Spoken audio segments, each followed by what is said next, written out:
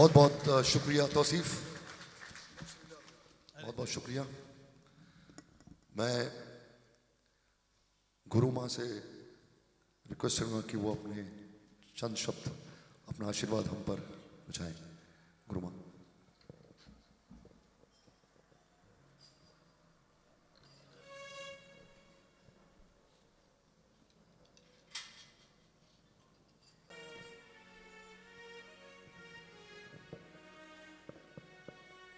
बोलो शून्य जी महाराज की, शून्य जी महाराज की, शून्य जी महाराज की, आज के आनंद की, आज के आनंद की।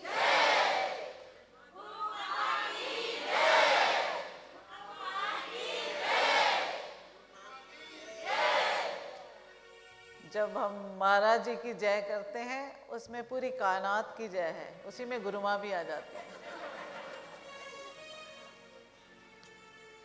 पिताजी,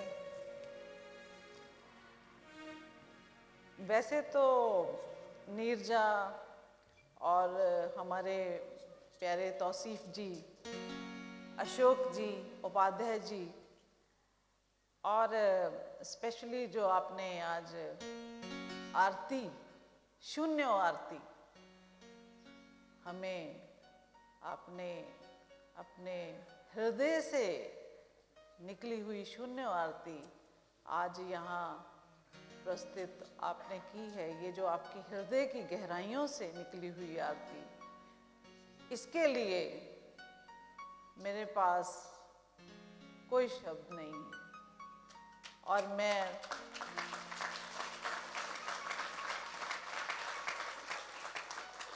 मेरी जो भी पिताजी के लिए मैं तपस्या करती हूँ, उनके लिए आपके लिए पिताजी के पास प्रार्थना है मेरी, वो मेरी आपको समर्पित, कि आपने ये हमको ये शून्य आरती आज पिताजी के अवतरण दिन पे जो दी है। Neerja, Raja, Rehan, of course Tauseef ji and हमारे प्रोड्यूसर डायरेक्टर अशोक पंडित जी, और जो हमारी जगत जननी हमारी माँ निर्मला जी, उनके चरणों में मैं बारंबार प्रणाम करती हूँ कि हे माँ, तुमने ऐसे प्यारे बच्चे दिए हैं इस संसार को कि वो शून्य जी महाराज को जो प्यार करते हैं और उनका जो गुणगान करते हैं, वो कोई कंठ से नहीं किया, वो कंठ से हो भी नहीं सकता। शून्य आरती किसी कंठ से नहीं हो सकती, वो हृदय की गहराइयों से, जैसे एक तुर्की बानी होती है, वो धुर की बानी है।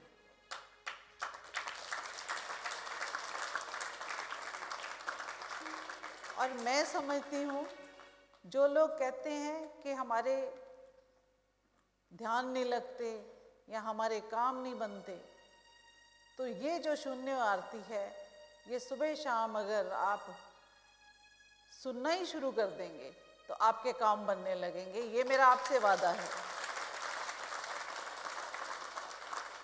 और मैं अशोक जी से आग्रह करती हूँ कि जल्द से जल्द ये शून्य आरती जो है ये हमारे स्टॉल पे आप रखवा दें, और सबसे पहले मैं खरीदने जाऊंगी वहाँ पे। वैसे इसको खरीदा नहीं जा सकता, ये तो मैं इसलिए कह रही हूँ कि हर चीज़ का, जो भी चीज़ बनती है बल्क में, उस पर धनराशि लगती है। तो ये छोटी सी अपनी एक भेंट दे कर के हम ये लेते हैं, तो उसका वैसे मूल्य तो कोई है ही नहीं, क्योंकि ये तो धुर की बानी है। और मेरे को बहुत अरसे से इंतज़ार था, और मैं आज दिल से शुक्रिया अदा करती हूँ अशोक, कि शुक्रिया बहुत छोटा है। आप सबकी तरफ से अशोक के लिए, नीरजा के लिए, रेहान के लिए, राजा के लिए तालियां।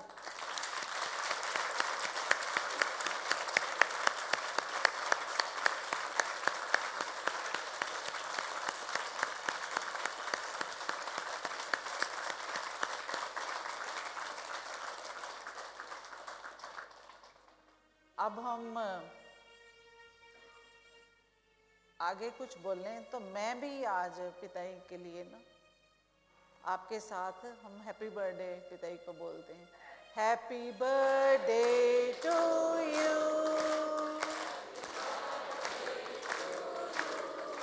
Happy birthday to Shunya ji, happy birthday to you, happy birthday to Guruji, happy birthday to Guruji, happy birthday to Guruji, happy birthday to गुरुजी।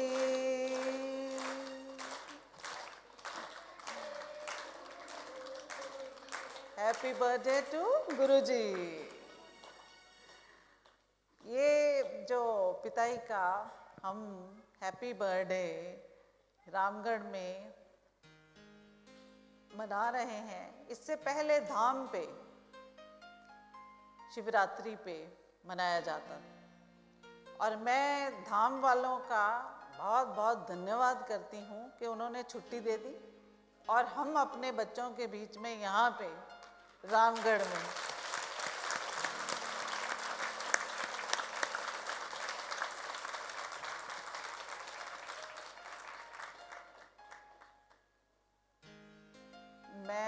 आज मेरे पास कोई शब्द नहीं है कि मैं आपको क्या शिक्षा दूं, क्या बोलूं। मैं तो खुद आपको मैंने कहा मैं सीख रही हूं। गुरु का हम देना नहीं दे सकते।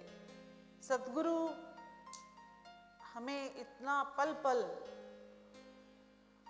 सहारते हैं, संभालते हैं, तो हम कैसे शुक्रिया अदा कर सकते हैं। सतगुरु को कभी भी हम शुक्र कर ही नहीं सकते। सतगुरु के लिए हमारे पास क्या है, क्या हम कर सकते हैं सतगुरु के लिए? कुछ भी नहीं। सतगुरु पल पल हमें हमारी झोलियां भर रहे हैं। और अगर कभी लगता है कि आपको कोई दुख, जो आपके हिसाब से डेफिनेशन है दुख, तो वो भी आपको किसी बहुत बड़ी मुसीबत से बचाने के लिए एक छोटी सी सतगुरु के द्वारा खींचा गया आपका कान होता है, ताकि आप बहुत बड़ी किसी मुश्किल में ना पड़ जाएं।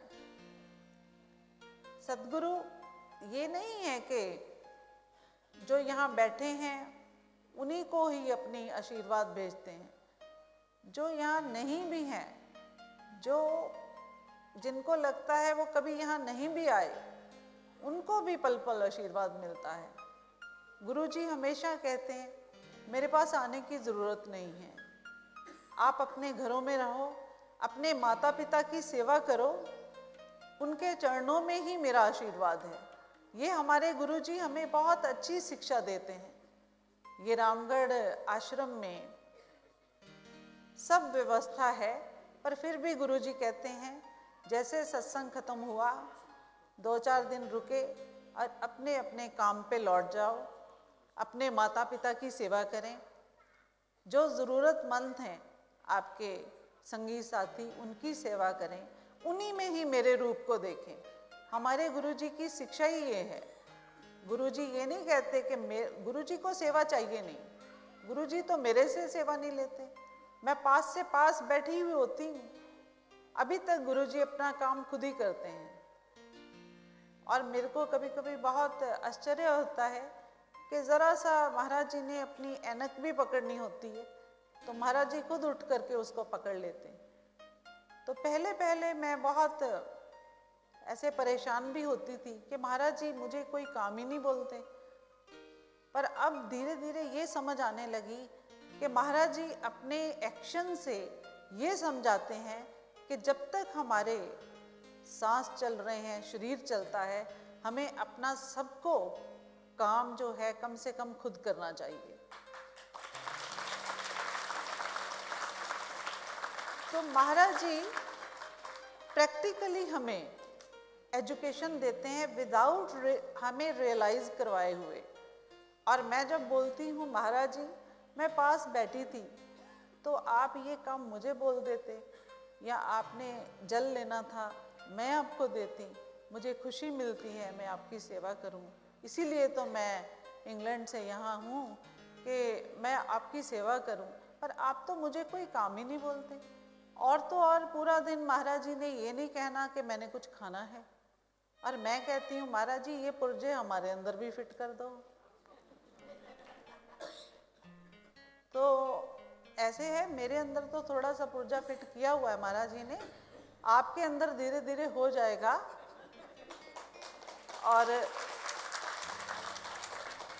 जैसे महाराज जी ने कहा, अपना अशोक जी ने कहा है कि गुरु माँ तरह तरह के शेफ मंगा करके यहाँ पे अच्छे अच्छे खाने खिलाती हैं। तो मेरे को ये होता है कि आप आकर के यहाँ बोर तो नहीं हो जाते बाहर, इसलिए डोसा खा लो, इडली खा लो, वड़ा खा लो, आपको बाहर ना जाना पड़े।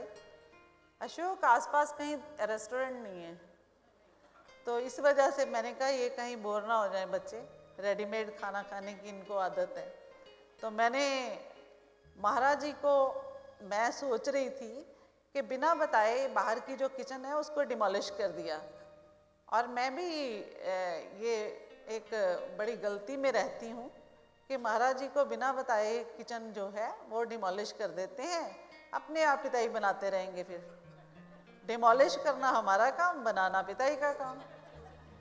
तो ऐसे हुआ कि 10-15 दिन बीत गए। तो मैं महाराज जी को कहा, मैंने कहा महाराज जी बाहर बहुत बारिश है, मेरा ख्याल हम स्लिप ना कर जाएं, तो जाना नहीं है, जाना नहीं है। महाराज जी कहते, गुरु माँ तुम्हें कुछ अजीब सा कुछ बीमारी तो नहीं लग गई? पहले तुम कहती थी महाराज जी सैर करने जाना है, अब तुम बारिश हो भी नहीं रही कहती हम स्लिप कर जाएंगे, जाना नहीं है, जाना नहीं। और बाहर जाके मैं वो मिस्त्री को बोल रही हूँ, अरे भाई जल्दी कर, क्यों मुझे डांट पड़वाएगा? तो वो कहने लगा, ऐसे है गुरु माँ जी, बहुत बड़ा ये किचन है, लंगर है, ये अब घंटों में तो नहीं होगा। मैंने कहा नहीं नहीं, तुझे मैं आशीर्वाद देती हूँ, तू विश्वकर्मा बन जा, और विश्वकर्मा बन के रातों रात इसको तैयार कर दे। अंदर से डर तो पिताई से लग रहा था, ये पिताई कहेंगे हर रोज़ जो बनी हुई इमारतें हैं उसको डिमोलिश कर देती हैं और नए नए डिज़ाइन बनाने शुरू कर देते हैं। तो 15 दिन बीत गए, महाराज जी ज़बरदस्ती बाहर आए। तो जैसे हम वहाँ उस मोड़ पे पहुँचे तो पिताई कहते, ये क्या हुआ, ये मुझे सामने क्या नज़र आ रहा है? तो मैंने कहा नहीं नहीं पिताई, वो काफ़ी दिनों बाद आ रहे हैं ना, तो मुझे लगता है आपको समाधि में कुछ नज़र आ रहा है। तो इसी तरह पिताई के साथ हम खेलते खेलते ये सारी चीज़ें कर रहे हैं। और फिर मैंने बहाना किया कि महाराज जी आपका जो जन्म अवतरण दिन है वो पहली बार यहाँ मनाया जा रहा है। तो ऑफ कोर्स वो पहले वाली जो किचन है वो छोटी थी, तो जब कुक आएंगे तो वो फील करेंगे कि इतनी छोटी किचन में हम कैसे लंगर तैयार करें। कहते हैं हाँ हाँ फिर ऐसे करो, ये बिल्डिंग भी बड़ी छोटी है, इसको भी बड़ा बना लेते हैं। तो पिताई हमारे भोले भंडारी हैं, तभी तो शिवरात्रि, महाशिवरात्रि को पिताई का अवतरण हुआ।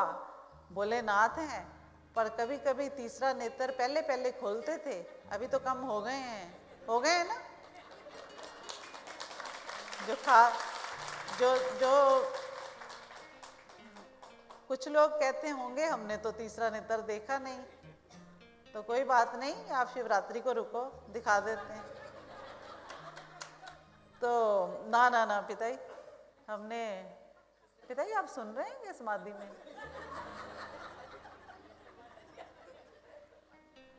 पिताई घनघोर समाधि में है, तो इसलिए जो मर्जी बोल सकते हैं। अच्छा, अब मैं ना ज़्यादा वक्त नहीं लूँगी, मेरे पास तो कुछ कहने को खास है नहीं, क्योंकि मैं आज बहुत ज़्यादा खुश हूँ। तो आज हम पिताई की वाणी सुनते हैं। सबको मेरा आशीर्वाद। आपका आशीर्वाद सुनने के लिए हम बेकरार हैं। आदरणीय पिताजी।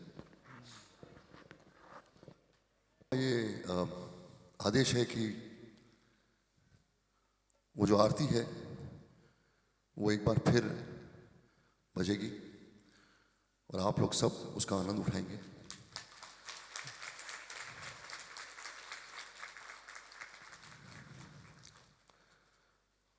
और उसके बाद फिर दर्शन।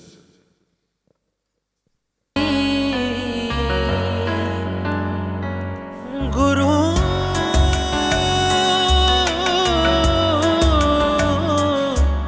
जय गुरुदेव,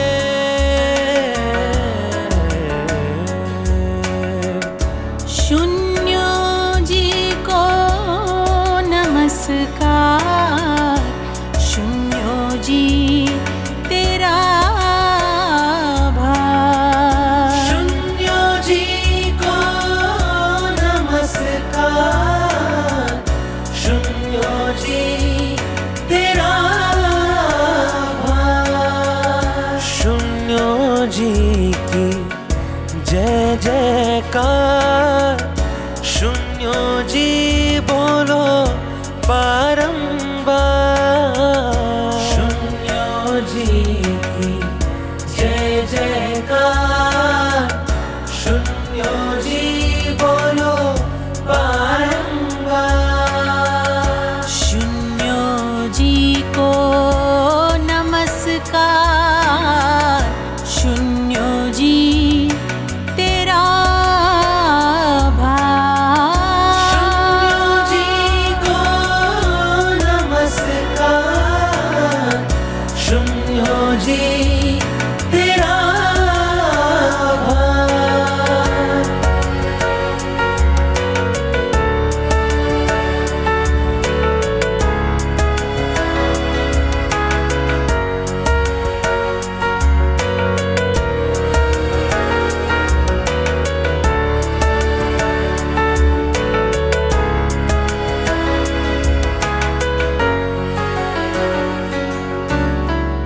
शून्यों जी मेरे आधार, शून्यों जी जगदाधार।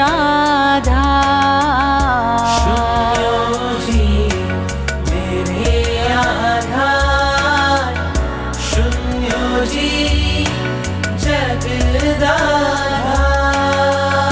शून्यों जी मेरे सरकार, शून्यों जी मेरे सरदार। शून्यों जी मेरे सरकार, शून्यों जी मेरे सरदार। शून्यों जी मेरे दातार, शून्यों जी मेरे करतार। शून्यों जी को नमस्कार, शून्यों जी तेरा आभार। शून्यों जी को नमस्कार, शून्यों जी तेरा आभार। शून्यों जी को नमस्कार, शून्यों जी तेरा आभार।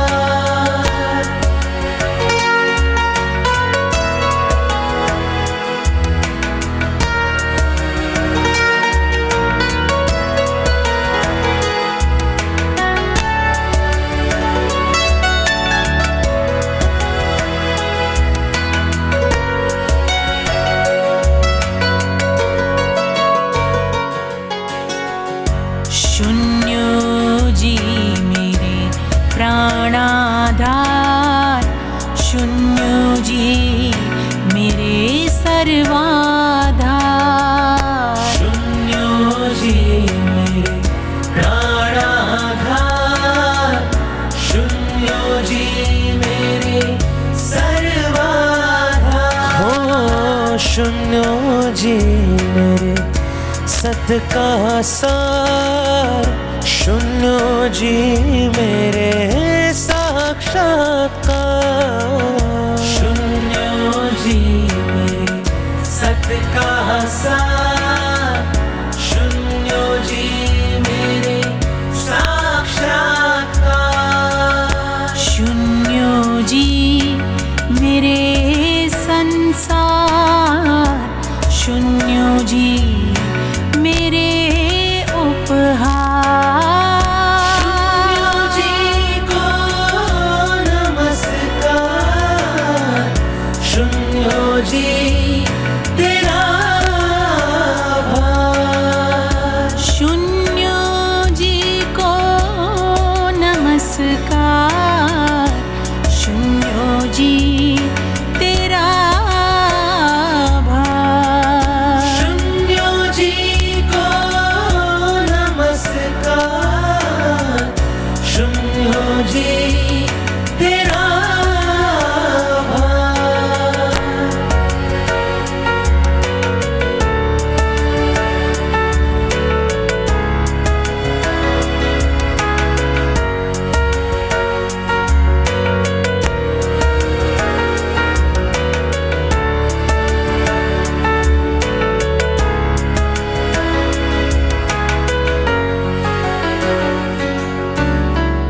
शून्यो जी मेरे ओंकार शून्यो जी मेरे ब्रह्मधार शून्यो जी मेरे ओंकार शून्यो जी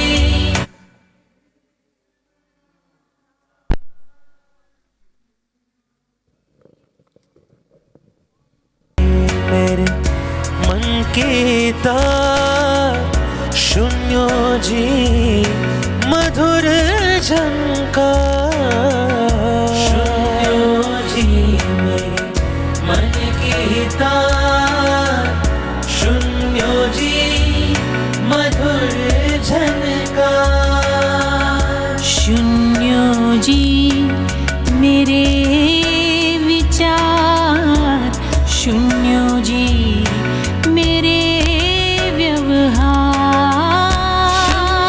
जी को नमस्कार शून्यो जी तेरा आभार शून्यो जी को नमस्कार शून्यो जी तेरा आभार शून्यो जी को नमस्कार शून्यो जी तेरा आभार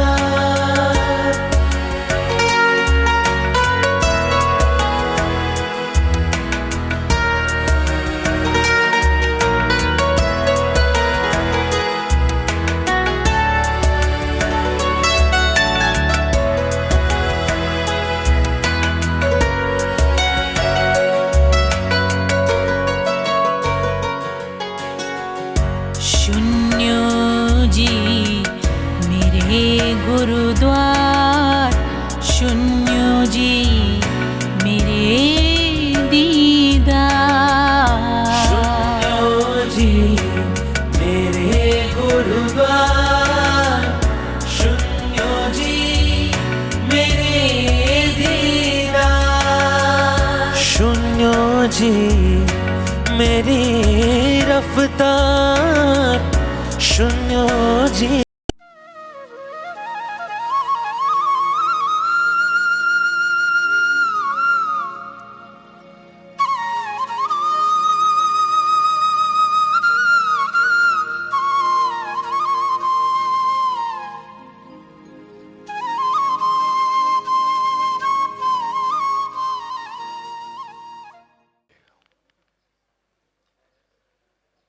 किस ज़बान से मैं करूं तेरी तारीफ, किस ज़बान से कहूं मैं तेरी कहानी। तू बेनियाज है,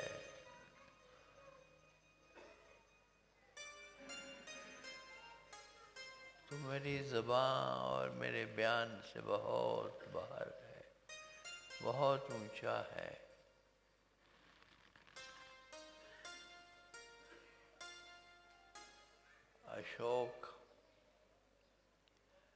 अशोक पंडित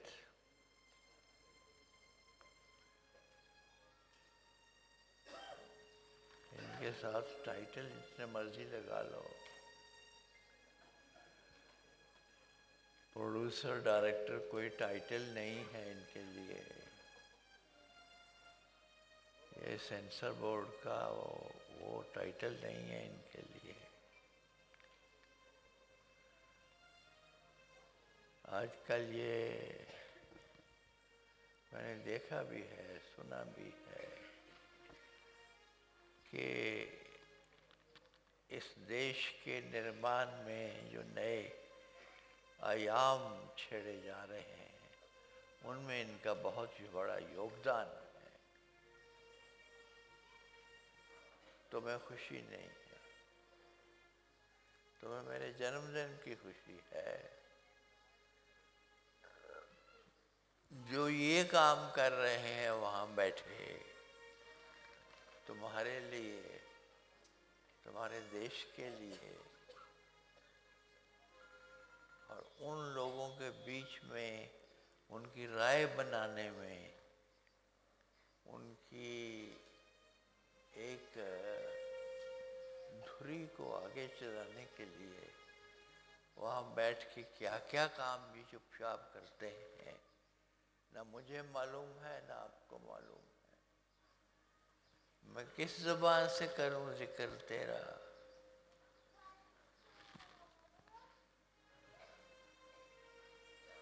अशोक पंडित, मैं किस ज़बान से करूं जिक्र तेरा। रोज कुछ ना कुछ आए दिन नई चीजें निकाल के लाता है तू। इनके सामने सारे उपहार फीके हैं, इनके सामने सारे गिफ्ट, ये बर्थडे गिफ्ट सारे बहुत ही छोटे हैं, इतने छोटे हैं कि मुझे तो दिखाई भी देने बंद हो गए।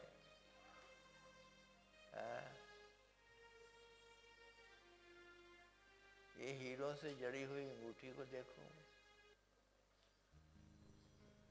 तो ये लगती है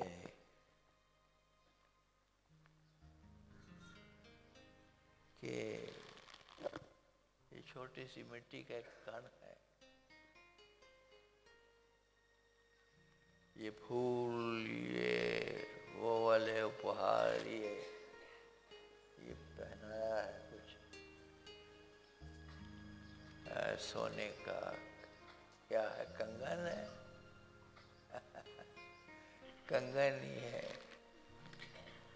एक फकीर को तुम कंगन ही पहना सकते हो, पहनाया है। ये सब हकीर है उसके सामने जो आज पेश किया है अशोक पंडित ने।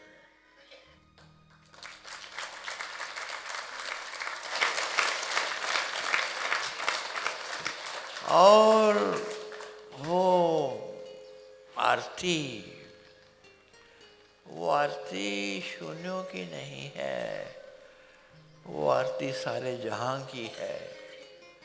वो आरती तुम्हारी है, तुम्हारे भीतर बाहर जो बसता है उसकी है। और ठीक कहा गुरु माँ ने कि वो आरती अगर तुम सुनने लग जाओ तो कुछ भी और ध्यान करने की जरूरत नहीं।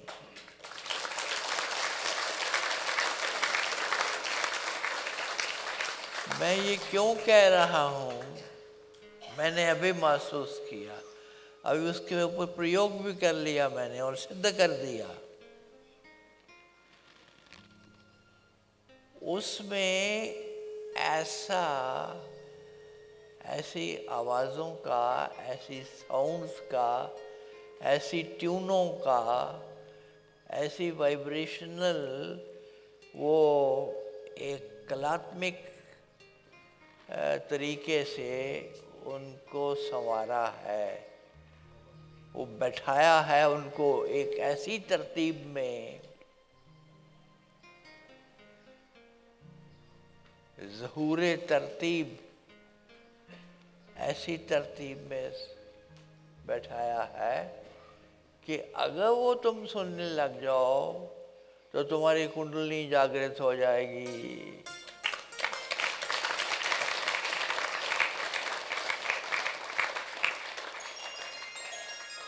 बहुत सी धुनें बनाई गई इस संसार में, बहुत सी धुनें बनाई गई।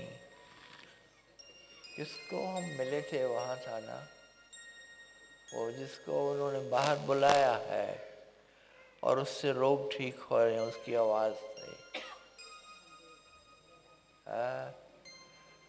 उनकी आवाज़ से, केवल आवाज़ से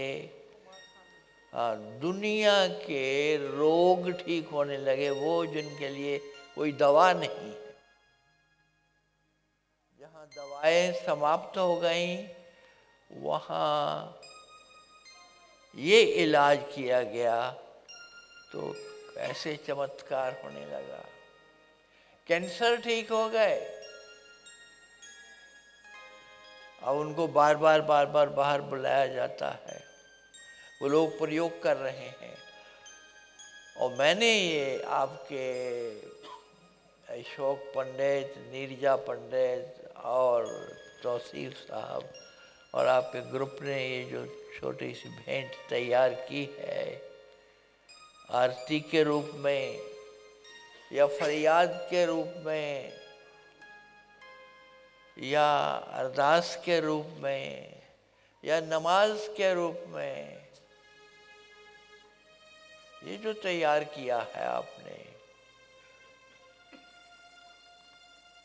ये एक ऐसा अजूबा है। अगर इसके ऊपर करने लगे प्रयोग विदेश में या कहीं भी, जो जानकार हैं, जो संगीत की जानकारी रखते हैं पूरी तरह से, अगर वो इसको देखने लगे, इस पे प्रयोग करने लगे तो बड़े हैरान कुन नतीजे सामने आ सकते हैं और कमाल हो सकता है। कमाल की दोनों टांगें टूट सकती हैं। अशोक पंडित और कुंडली अभी बैठे बैठे, जिनकी कभी जिंदगी में जागृत नहीं हुई, जिनकी कुंडली के ऊपर बड़े बड़े वजन पड़ गए, जन्मों जन्मों के भार डाल दिए तुमने मल से, उसको दबा दिया, जो खत्म हो गई, समाप्त हो गई, वो शक्ति तुम्हारे अंतरतम से उठने लगती है, जागने लगती है, जागृत हो जाती है। जो बड़ी बड़े ध्यान क्रियाओं से जागृत नहीं होती, जिसके लिए योग में अनेक विधियां हैं और वो बार बार वो विधियां बनाई जाती हैं। आदि योगी भगवान शिव ने भी इसके ऊपर विधियां दी उसको जगाने के लिए। और आपने ये क्या किया, क्या करामात है, क्या अजूबा है, क्या चमत्कार है, यही मैंने देख लिया। इन आवाज़ों का, इन साउंड्स का, इन तरंगों का मिश्रण ऐसे किया गया है और इनको तरतीबवार उठाया ऐसे गया है, इस क्रम में किया गया है कि कुंडली जागे बगैर रहेगी नहीं।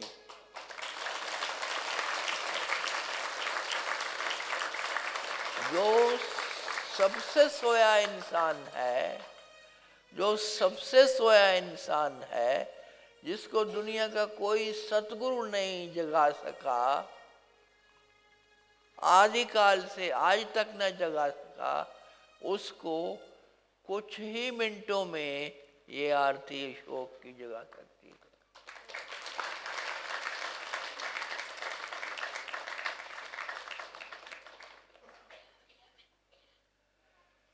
मेरा काम आपने हल्का कर दिया, बल्कि मैं कहूँगा कि मैं छुट्टी पाता हूँ अब, क्योंकि आप ये बजाते रहो और दुनिया झूमने लगेगी।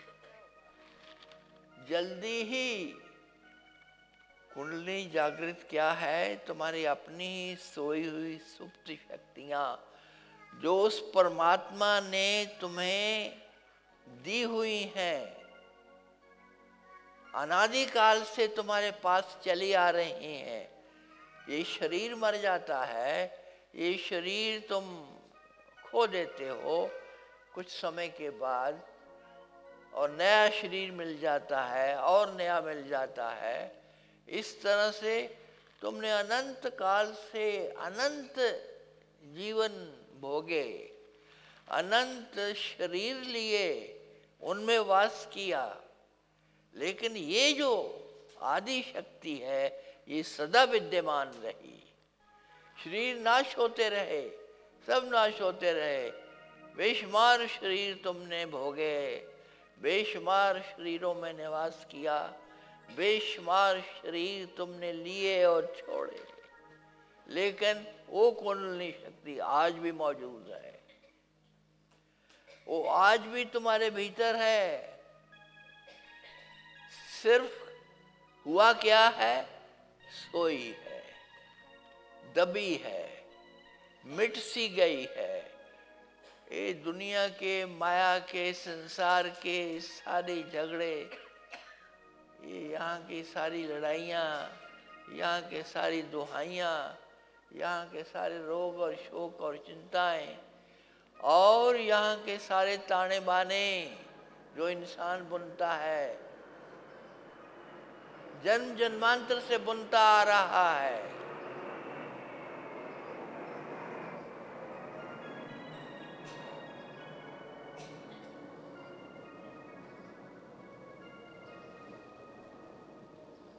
वो सब नाश हो जाते हैं, वो सब उठ जाते हैं और वो शक्ति जाग जाती है। वो जागी ही हुई है। सतगुरु सत्संग देता है ताकि तुम मुग्ध हो जाओ, उधर से मुड़ो इधर आ जाओ, उधर से मुड़ते ही सन्मुख होते ही तुम्हारी बुद्धि, तुम्हारी ये जो प्रज्ञा है ये पलट जाती है, और उसके पलटते ही कृपा बरसने लगती है, कृपा मिलते ही दर्शन हो जाते हैं।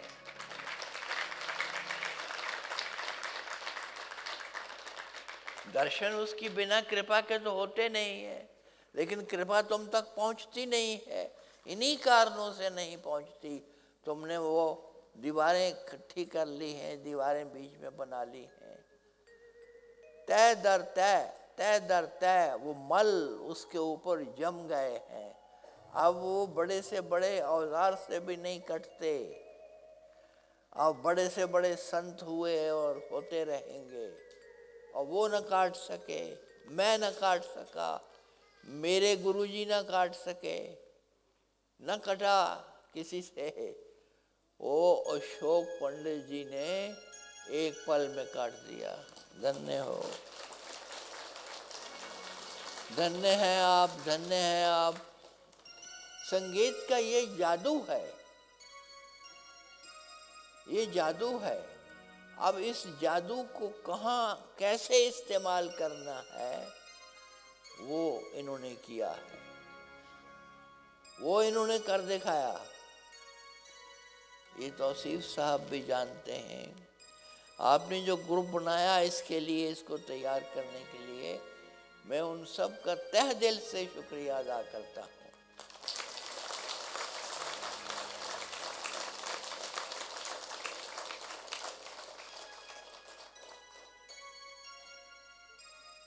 मेरा रोम रोम, मेरा हर जीवन उनको आशीष देगा और देता रहेगा, क्योंकि आपने तो कमाल कर दिया। आपने तो ये सिलसिला ही ख़त्म कर दिया हमारा। ये जो हम दुकान सजाते थे, ये बढ़ाना पड़ेगा इसको, उठाओ इसको, उठाओ अपना पानदान, चलते बनो यहाँ से। कमाल किया अशोक जी, आप आइए यहाँ मेरे स्थान पे बैठिए। मैं तो ऐसे आपकी जगह रोक के बैठा हुआ हूँ। वो ले आओ उन सबको जिन्होंने ये तैयार किया। मैं जो कह रहा हूँ उसमें कितनी सच्चाई है मैं बयान नहीं कर सकता। वो सच्चाई भी इतनी बड़ी है कि शब्दों में नहीं बनती। आप जानते नहीं हैं, मैंने अभी देख लिया, हाथ कंगन को आरती क्या। अभी मैं बैठा हुआ था और आप ये बजा रहे थे और मैंने देखा कि कमाल कर दिया आपने, कमाल कर दिया। जो कभी भी नहीं जाग सकता उसको जगा दिया।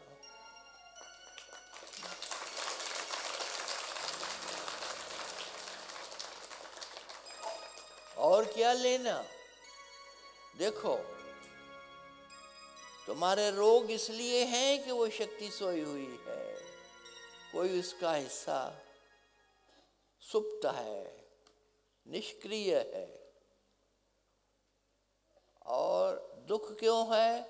अगेन फिर वही, उस शक्ति का कोई हिस्सा जो है वो दब चुका है, सो चुका है, नींद में है, तंद्रा में है, उस पे मल जम गए हैं, उस पे जन्म जन्मों के तुम्हारे कारनामे छपे हुए हैं, जन्मों जन्मों के पाप भी पुण्य भी सब उस पे पढ़ करके, वो कर्म है तुम्हारे, वो बंधन है। चाहे पुण्य किया है चाहे पाप किया है, बंधन तो बंधन है। चाहे तुम बेड़ी पहन लो लोहे की या धागे की, चाहे वो पहन लो सोने की, बेड़ी तो बेड़ी है। कि जी बेड़ियां बंधी हैं, अरे सोने की हैं, बहुत मूल्य है। तुम्हें बेड़ी भी बहुत प्यारी लगती है, क्योंकि वो जो बंधन है कितने भी मूल्यवान हों, कितने भी चमकदार हों, कितने भी लुभावने हों, फिर भी बंधन है। कितना बड़े से बड़ा भी तुमने पुण्य किया है, अगर निस्वार्थ भाव या फलाकांक्षा रहित नहीं किया है तो वो तुम्हारा बंधन बन गया। बंधन का अर्थ है कि एक वजन पड़ गया तुम्हारे ऊपर, एक भार पड़ गया, उन्हीं भारों को उठाए फिर रहे हो, इसीलिए दुख है, इसीलिए रोग है, इसीलिए शोक है, इसीलिए बीमारी है, लाचारी है, इसीलिए चिंताएं हैं, इसीलिए रात को नींद नहीं आती, रात को आती है तो आगे नहीं चल के आती, इसीलिए बैठे रहते हो। कभी टॉयलेट में बैठे रहते हो, अभी वो बोलने लगे वहाँ से कि जी क्या करें, सारा दिन टॉयलेट में गुजर जाता है। मैं कहा क्यों क्यों, क्या बात है जी? वो मल उतरता नहीं है। अब उनका जीवन वहीं का हो गया, वहीं उन्होंने, मैंने कहा बिस्तर वहीं लगा लो, तो बैठे रहो। ये क्यों है ऐसा? इसलिए है ऐसा कि ये सब कारण बने हैं जन्म जन्मों से, एक जन्म से नहीं, अनंत जन्म हो गए। और अनंत जन्मों से मैं तुमने अनंत, जिनको गिना नहीं जा सकता, जिनका अंत नहीं है, इतने कर्म किए जा चुके, अच्छे और बुरे दोनों। वो सबके सब बेड़ियां हैं। मैंने कहा ना, कुछ सोने की हैं, कुछ लोहे की हैं तो बेड़ियां बांधेंगी, बांधे ही रखेंगी। उनको तोड़ने वाला सिर्फ एक इंसान है दुनिया में, वो है परमात्मा का साकार रूप इस धरती पर, जिसको तुमने सतगुरु कहा है,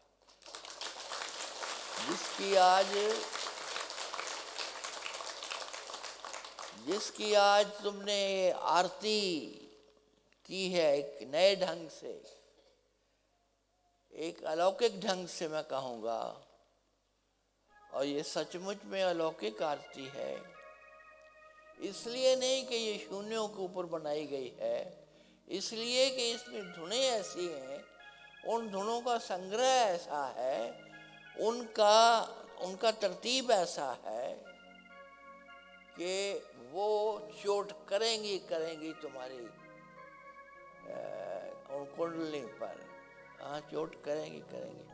वो चोट जो तुम करना चाहते हो और तोड़ करके सारे मल निकाल देना चाहते हो, बाहर फेंक देना चाहते हो, ताकि वो जागृत हो जाए, उठ जाए, और उससे ही तुम्हारे रोग गए, तुम्हारे शोक गए, तुम्हारी चिंताएं गई, सब मिट गया, और सामने खड़ा परमात्मा। फिर परमात्मा नहीं तुम ढूंढोगे, फिर वो तुम्हें ढूंढेगा। जैसे कबीर साहब कहते हैं, पाछे पाछे हरि फिरे, कहत कबीर कबीर, तो पाछे पाछे हरि फिरे, कहत अशोक अशोक।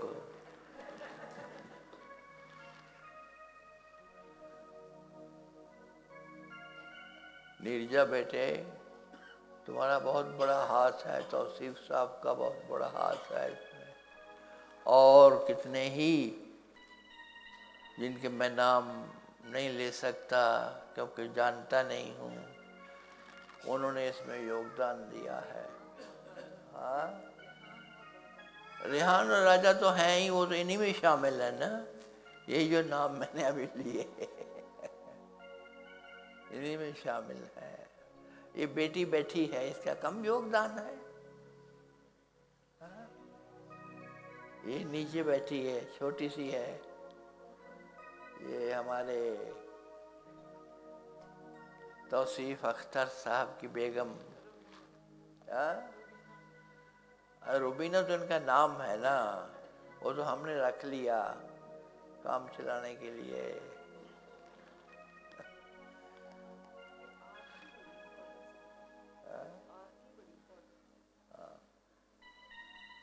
आर की जब हम किसी का नाम लेते हैं तो हम उसको छोटा कर देते हैं, जब नाम से पुकारते हैं। तो कुछ ऐसे चेहरे हैं, कुछ ऐसी सूरतें हैं, कुछ ऐसे स्वरूप हैं, कुछ ऐसे चित्र हैं उस मालिक के बनाए हुए कि उनको देख करके उनका नाम पुकारना नहीं अच्छा लगता। उनमें से एक ये बैठी है नीचे, जिनको हमारे ये गुरु माँ जी कहते हैं रोबीना, आपकी रोबीना हजूर अख्तर साहब।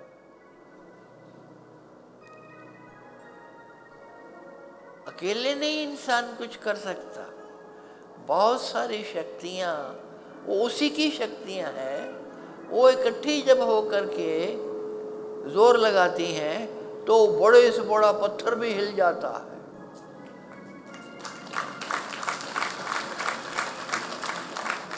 तो बड़े से बड़ा काम हो जाता है जो नहीं हो पाता अकेले से। हाथ तो उसी का है, चाहे 10 हाथ लगाओ, चाहे 50 हाथ लगाओ, उस वजन को उठाने के लिए है तो उसी का एक हाथ, उसी में सबके हाथ शामिल हैं।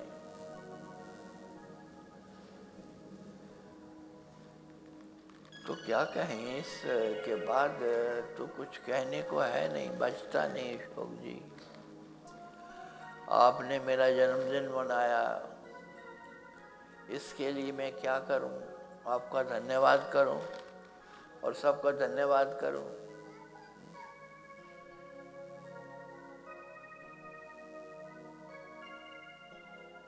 धन्यवाद करूं और छुट्टी पा लूं।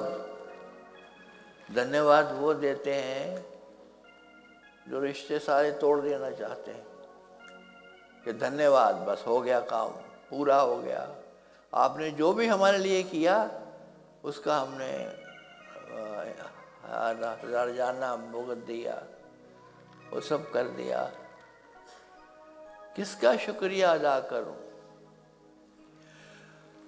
उस मालिक का बार बार शुक्रिया अदा करते हैं, लेकिन वो शुक्रिया अदा हो नहीं सकता। कब तक शुक्र करते रहोगे? आपके एक एक मसाम, एक एक जो आपका ये इसको क्या बोलते हैं, ये पोर तो इंग्लिश का ना है ना, हिंदी में पोर को, ये जो पोर है, आपके लाखों पोर हैं आपके एक शरीर में, मसाम, रोम। तो ये जो मसाम और रोम है, इन सबको भी अगर ज़बानें दे दी जाएं, इनको ज़बानें लग जाएं और आप सब उन ज़बानों को लेकर के उसका शुक्रिया अदा करने लगो तो भी नहीं अदा कर सको। उसका शुक्रिया अदा नहीं हो सकता।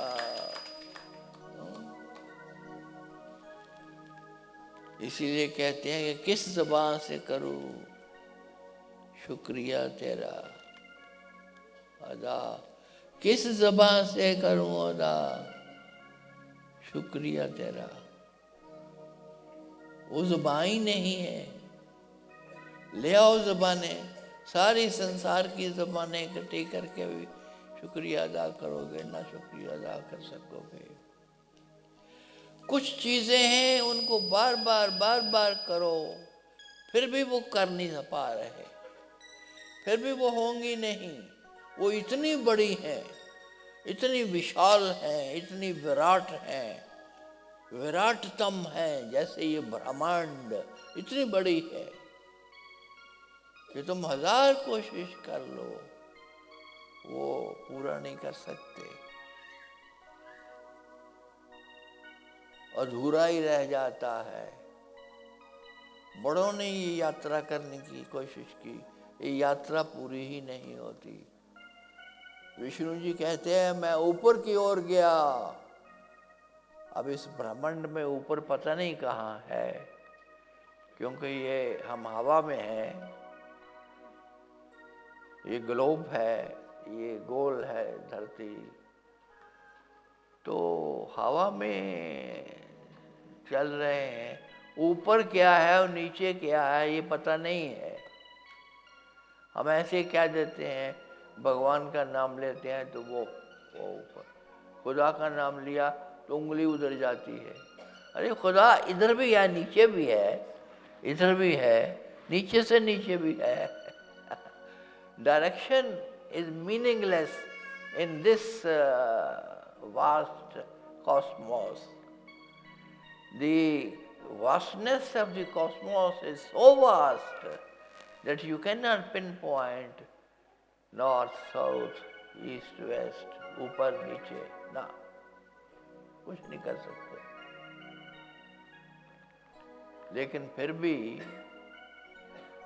सुना है मैंने कि विष्णु जी गए ऊपर की ओर।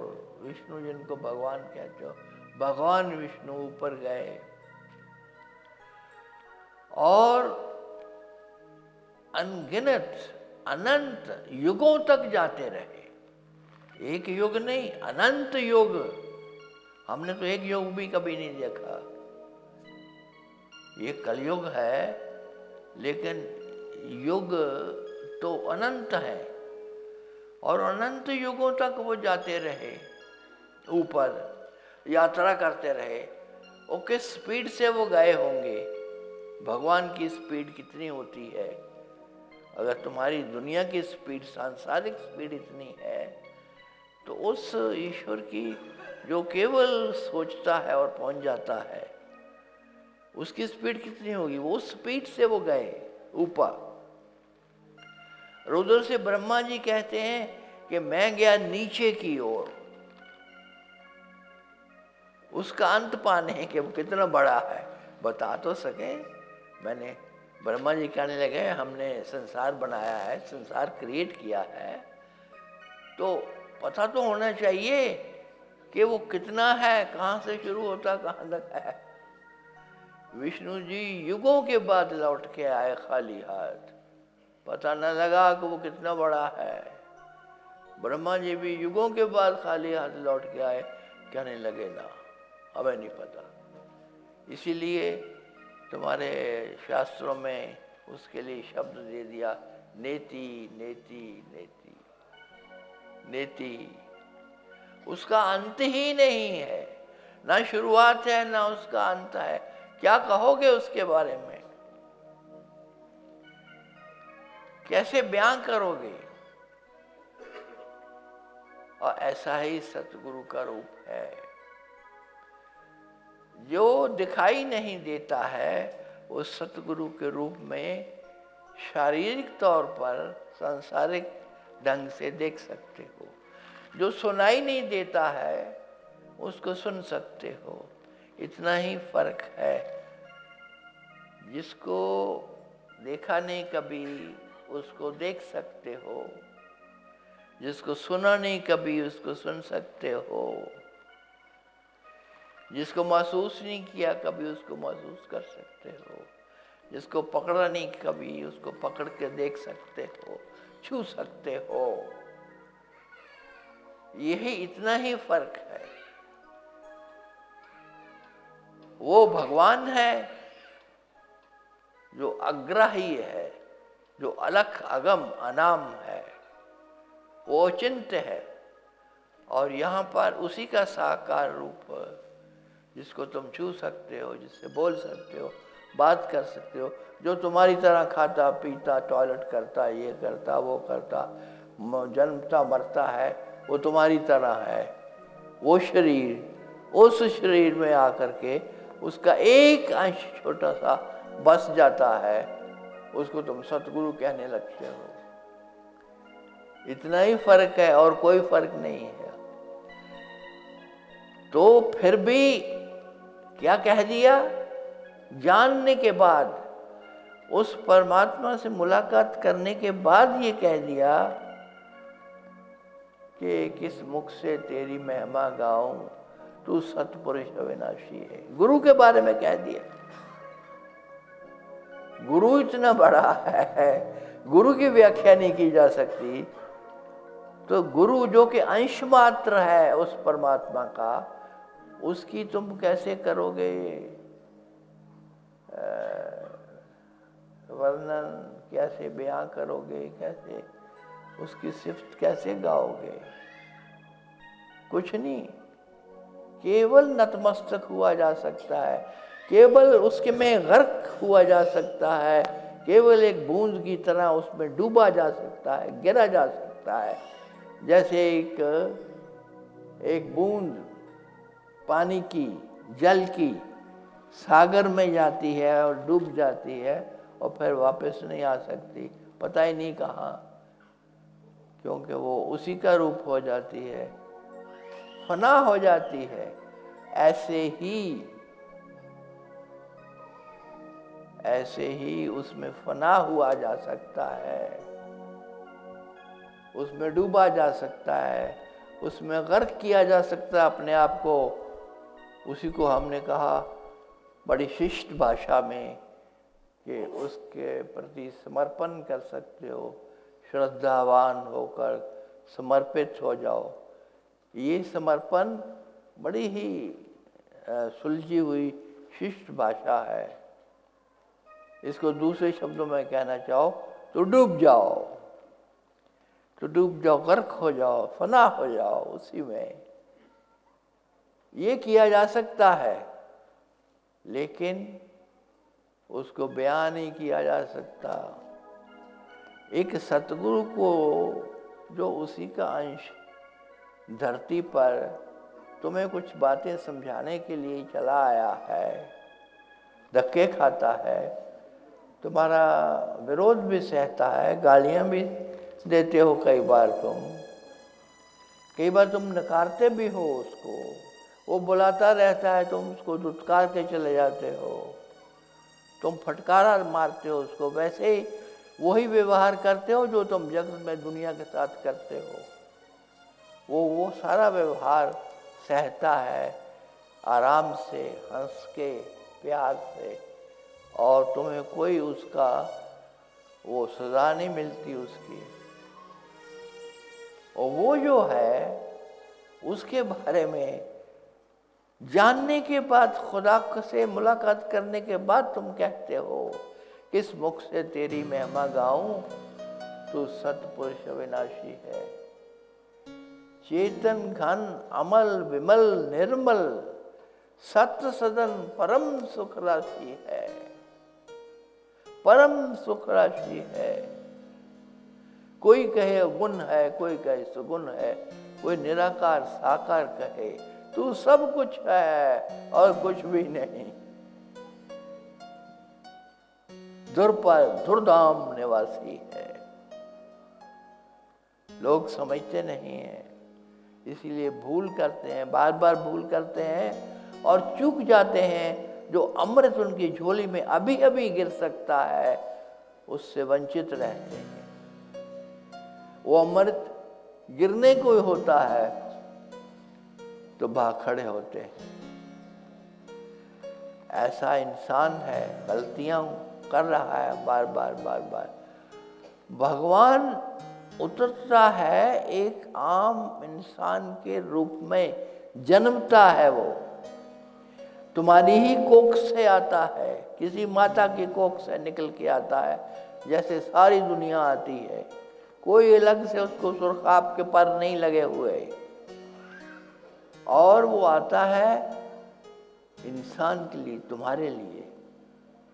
क्या कहता है दाता दयाल उसके बारे में, क्या करने आता है? तू तो आया नरदेही में, धर फकीर का चोला, दुखी जीव को अंग लगाकर ले जा गुरु के दिशा। दुख दूर करने। और फिर उन्होंने कहा ना कि मंगलम गुरुदेव मूर्ति, मंगलम पद पंकजम, मंगलम अव्यक्त अनुपम, मंगलम भवगंजनम, मंगलम दुर्पद निवासी, मंगलम सतासनम, मंगलम।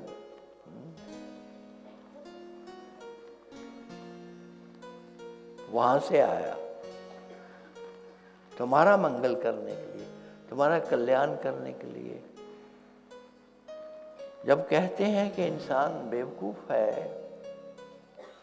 इंसान गलतियों का पुतला ही नहीं है, वो महाअज्ञानी है, तो वो किसी चीज को देख करके कहते हैं कि जो तुम्हारे कल्याण के लिए, केवल तुम्हारी जिंदगी को संवारने के लिए, जो वहां से धुरपद से, धुरपद वो जो आगाज है जीवन का, वहां से जो निकल के एक बूंद की तरह चला आता है, तुम्हारे भीतर प्रवेश पा लेता है। तुम उसको दुत्कारते हो, गाली देते हो, तुम उसको पहचानना तो अलग रहा, पहचानते तो हो ही नहीं, पहचान लो तो काम बन जाए।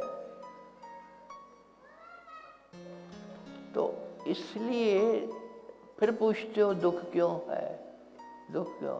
जो दुख निवारण करने के लिए बैठा है दिन रात तुम्हारे आसपास, तुम अपना लड़ी नहीं पकड़ाते उसको।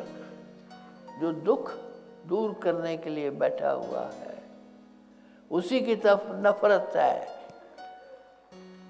उसी की तरफ द्वेष है। हाँ, ये क्यों हो गया, ये क्यों कर दिया, ये क्यों, उसी का कटाक्ष करता है। देखो, वाल्मीकि पढ़े लिखे नहीं थे, भगवान कहते हैं उनको, भगवान वाल्मीकि। वो पढ़े लिखे नहीं थे, बल्कि जो वो कर्म करते थे, वो कर्म बुरे कर्मों में आते हैं, वो अच्छे कर्म नहीं है, वो पाप कर्म है। फिर भी वो उनको भगवान कहते हैं। हम भगवान उनके मंदिर हैं, बेशुमार मंदिर हैं वाल्मीकि के, भगवान वाल्मीकि के। क्यों हमने मंदिर बनाए? मंदिर इसलिए बनाए, देखो अपने से कंपेयर करके देखो। तुम तो पढ़े लिखे हो, मैंने ये PhD कर रखी है, अब D.Litt करने जा रहा हूँ। क्या करोगे? 2 कौड़ी की। यहाँ एक वाल्मीकि है जिसने ABC भी नहीं पढ़ी, अल्फबे पे नहीं पढ़ा, जिसको क ख ग नहीं आता है, उसके मंदिर बने हुए हैं, उसको भगवान कह रहे हैं। क्यों कह रहे हैं? ऐसे बैठा हुआ है, नारद जी गुजर रहे हैं, तो वो नारद जी को उनका प्रभाव ऐसे था, उनकी आभा मंडल ऐसी थी, हाथ जुड़ गए, ऐसे ही जुड़ गए, नमस्कार कर दिया। उस वाल्मीकि ने, जो कि सबको लूटता और गर्दनी काटता था सबकी, उसी राह से गुजर रहे हैं नारद जी। खेल है भगवान का। और इतने में ही नारद जी कहते हैं कि मैं तुम्हें नामदान देता हूं, तू बैठ जा। वो बैठ गए, नामदान दिया। नामदान क्या दिया? नाम क्या दिया उन्होंने? राम। वो अनपढ़ था, उसने समझा राम का मतलब मरा मरा। उसने उल्टा जाप करना शुरू कर दिया। वो बोलते हो ना तुम अपने शब्दों में, उल्टा जाप करे वाल्मीकि भय ब्रह्म ज्ञानी। उल्टा जाप करके ये जो वाल्मीकि हैं ये ब्रह्म ज्ञानी हो गए, पूरा ज्ञान प्राप्त कर लिया, परमात्मा को पा लिया। राम भी नहीं कहना आया जिसको, उसने पा लिया। किस लिए?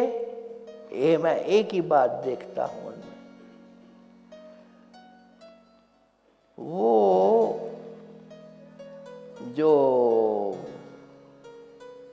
आए हैं नीचे नारद जी, उन्होंने कहा राम, बस ये जपते रहो।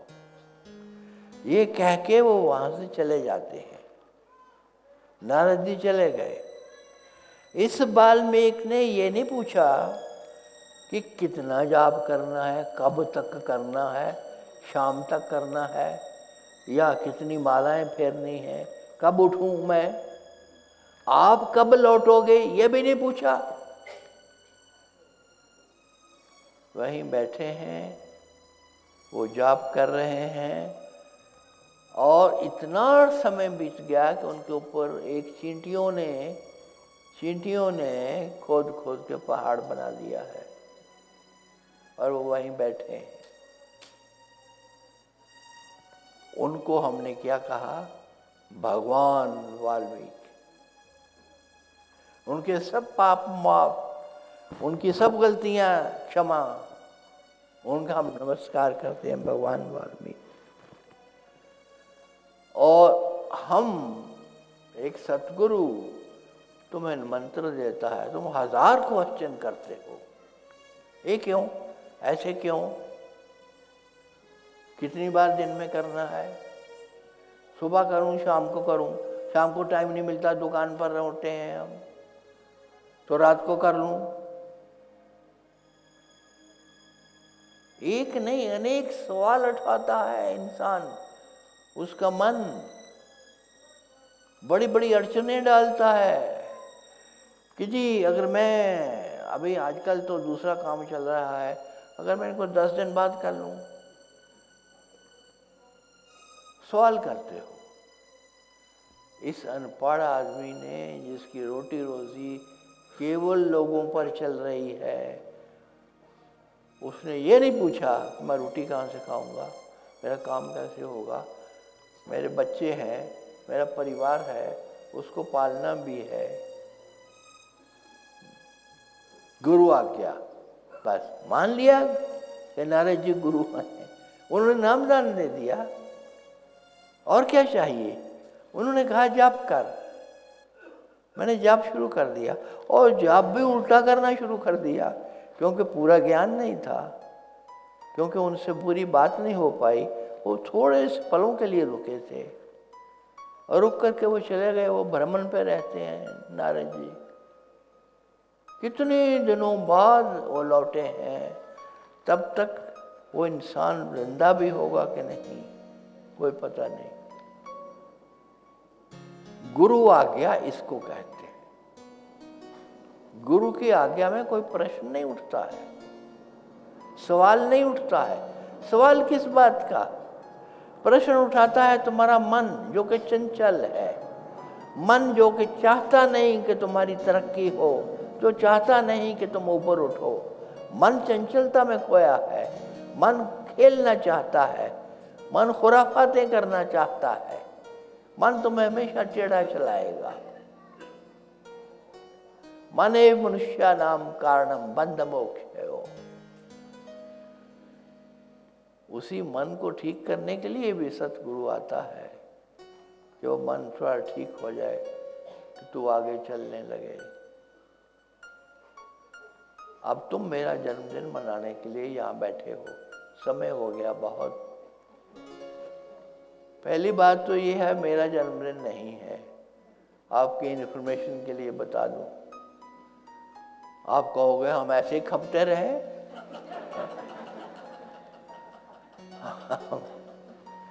हम जन्मदिन की दुहाई देते रहे, happy birthday to you, happy birthday to you. वहाँ पर आ गए अच्छे अच्छे कपड़े पहन करके, कोई मुंदरी लेके आ गया पहनाने, कोई ये पहनाने आ गया, कोई हार पहनाने आ गया। सब तुम्हारी मेहनत बेकार गई, क्योंकि सतगुरु का बर्थडे है ही नहीं, तुम भूल गए। अरे सतगुरु का कोई बर्थडे होता है पागलो, मैंने 1000 बार बोला है। हाँ, ये इस शरीर का होगा, लेकिन जो इस शरीर को गुरु मानता है उसका तो कभी भी भला नहीं हो सकता।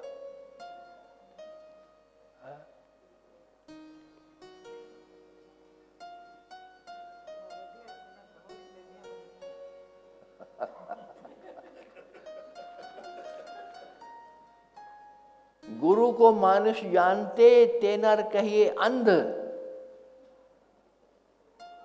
वो अंधे हैं लोग जो गुरु को मनुष्य जानते हैं, शरीर जानते हैं। दुखी हुए संसार में आगे जम का फंद।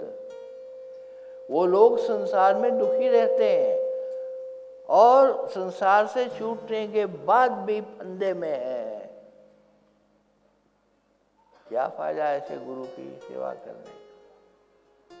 1000 बार बोला है कि गुरु शरीर को नहीं कहते हैं। अगर शरीर को गुरु कहते हैं तो उसको जलाते क्यों हो? अपने हाथ से जला देते हो, अग्नि के स्पुर्द कर देते हो। शरीर जलता है क्योंकि शरीर 5 तत्वों का बना हुआ है। वो जलेगा, जैसे पत्ते सूख जाते हैं तो तुम उठा के जला देते हो या दबा देते हो। नियम है, धर्म है इस संसार का कि जो दिसे सो सकल विनाश है। जो दिखाई देता है उससे विनाश होना है।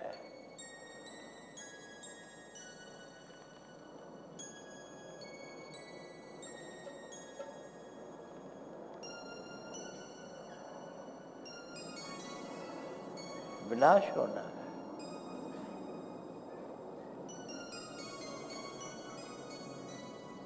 भगवान बुद्ध को जब ज्ञान प्राप्त हुआ तो पहला वचन उन्होंने क्या कहा कि ये शरीर जाने वाला है, दुख है। संसार जो दिखाई देता है ये दरअसल है नहीं।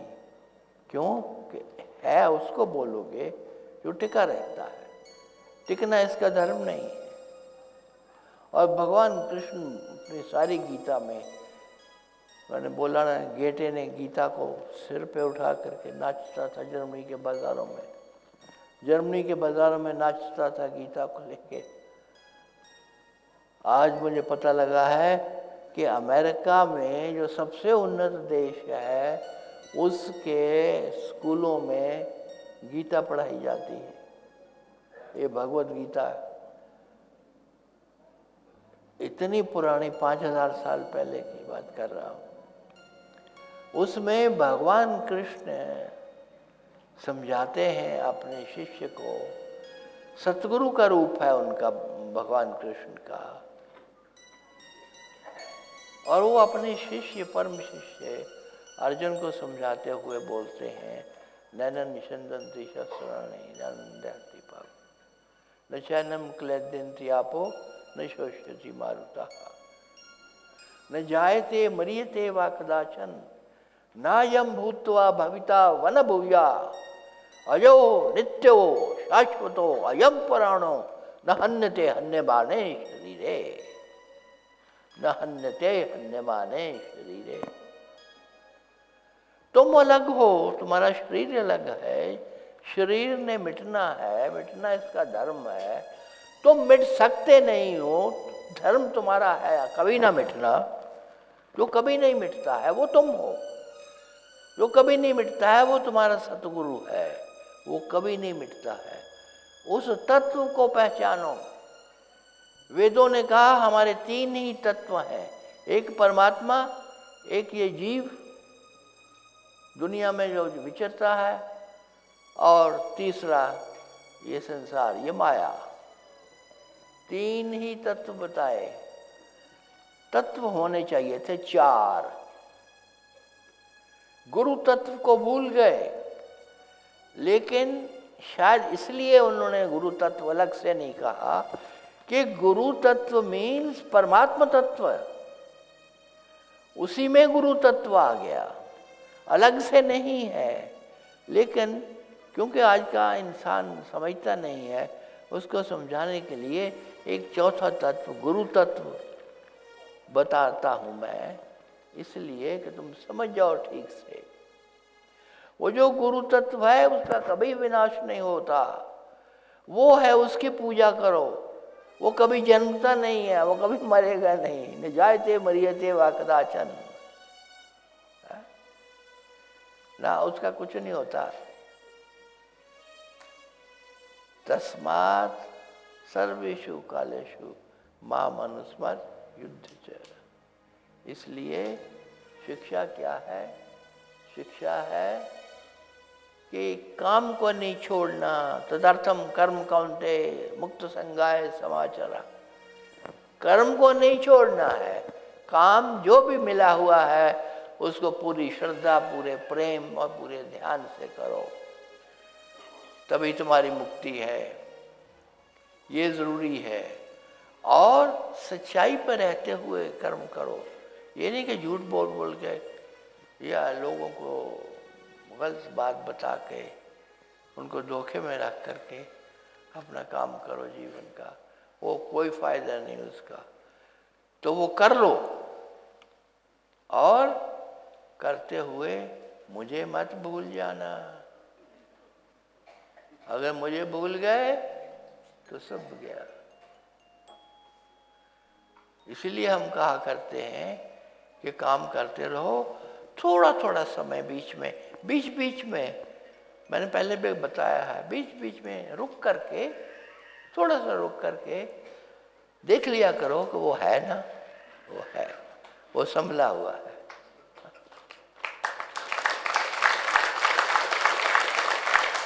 बस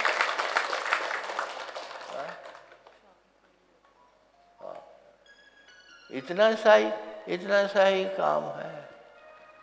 अब गुरु माँ कुछ शाम की बात कर रही हैं, तो आप बता दें क्या है शाम को?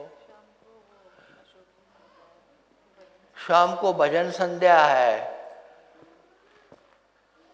जैसे कि ये भजन नहीं है, भजन ही चल रहा है, निरंतर चले। भजन होता है जो तुम भजते हो। किसको भजते हो? संसार को भजते हो तो दुख आएगा, रोग आएगा, शोक आएगा। उसको भजते हो तो मौज ही मौज है। उसका भजन, वो यही तो बता रहे हैं, तो मैं एक नुक्ता बता रहे हैं, एक रहस्य की बात बता रहे हैं कि उसको भजते हुए कर्म करो। रामायण में आता है सुंदरकांड में कि ये हनुमान जी गए हैं वहाँ अशोक वाटिका में जहाँ सीता को रखा गया है, तो भूख लगी है और फल खाना चाहते हैं, फल बहुत लगे हुए हैं। तो सीता माता से पूछते हैं कि मैं इन फलों को खा लूं, मुझे भूख बहुत लगी है। तो सीता का क्या जवाब है कि ये फल खा लो, लेकिन अपने राम को न भूलना, उसको न भूलना।